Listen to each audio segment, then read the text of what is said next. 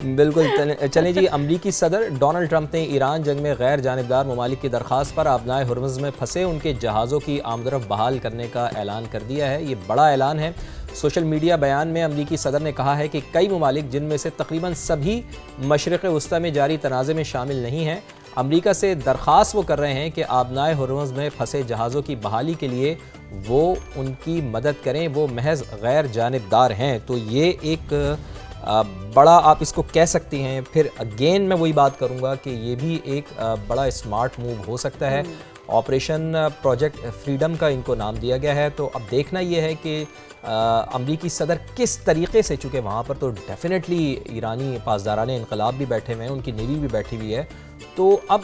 بڑا ایک تھوڑا سا مشکل ہوگا شیرین یہ کہنا کہ کس طرح سے یہ آپریشن فریڈم چلے۔ اور آپ اس کی جو ایولیوشن ہے، جب ہم بات کر رہے ہیں نا اس جنگ کے تناظر میں، آپ یہ دیکھیں پہلے آپریشن ایپک فیوری، پھر کانوک فیوری، اور اب جو ہے وہ ہمارے پاس یہ اب لیٹ سی کہ آگے یہ معاملات کس جانے بڑھتے ہیں، کیونکہ وہ یہ کہہ رہے ہیں کہ یہ اقدام ایران، مشرق وسطی اور امریکہ کے مفاد میں ہے۔ ہم نے ان ممالک کو بتایا ہے کہ جہازوں کو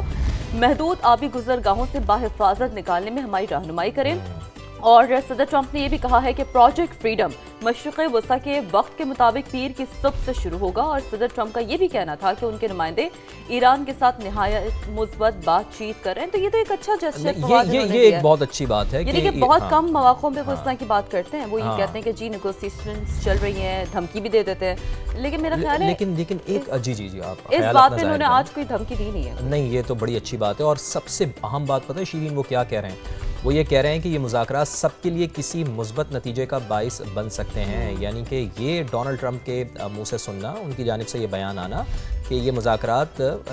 مثبت نتیجے کا باعث بن سکتے ہیں، تو یہ بھی ایک اٹ سیلف بڑی حوصلہ افزا خبر ہے۔ جہازوں کی نقل و حرکت صرف ان کمپنیز اور ملکوں کو سہولت دینے کے لیے ہے جنہوں نے کوئی غلط کام نہیں کیا ہے، وہ محض حالات کا شکار ہیں، اور یہ ایک انسانی ہمدردی کا اقدام ہے۔ ان میں سے بہت سے جہازوں کے عملے کو خوراک اور دیگر ضروری اشیاء کی قلت کا سامنا ہے۔ ڈونلڈ ٹرمپ صاحب اب یہ سمجھ رہے ہیں کہ خوراک کی قلت پیدا ہو رہی ہے،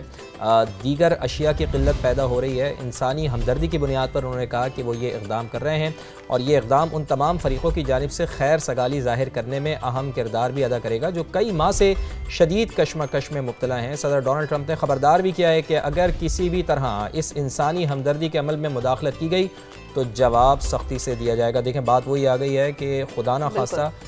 کسی قسم کا کوئی کانفلکٹ بھی اس سے جنم لے سکتا ہے۔